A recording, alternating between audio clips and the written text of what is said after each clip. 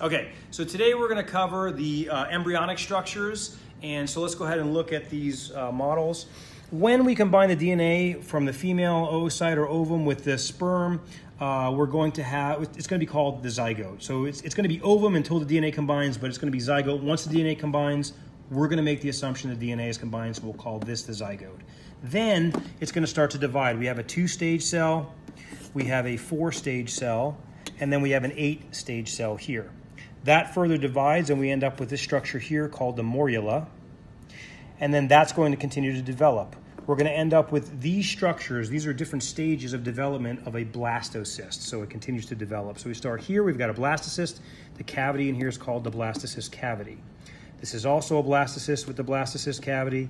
Further develops into this blastocyst with this blastocyst cavity. And now, at this point, the yellow and the pinkish there, this together, we take that together, it's called the embryonic disc. Okay. Now that will go on to develop into this right here, so we'll look at this one. So we've got what's called a connecting stalk. Okay. This is going to be the amnion, and this is going to be the yolk sac. If we go further development, we've got, again, yolk sac and amnion with a connecting stalk, but now we have these things forming called chorionic villi. And we go to the next stage, we can see our chorionic villi. We can see further development of the connecting stalk, the yolk sac, and now an embryo. And then we go here, we've got embryo, the yolk sac being absorbed into the connecting stalk, which will eventually become the umbilical cord, and then the chorionic villi here, okay?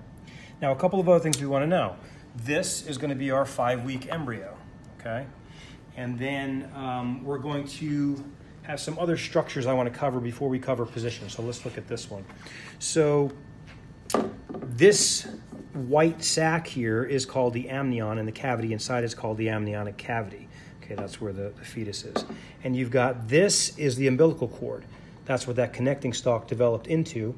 And then you've got the placenta, and the placenta is divided into 2 parts. I don't love the way they've done it with the model, so I'm going to find an illustration that works better on this model. So this white line is going to be our definer of where it's divided, okay?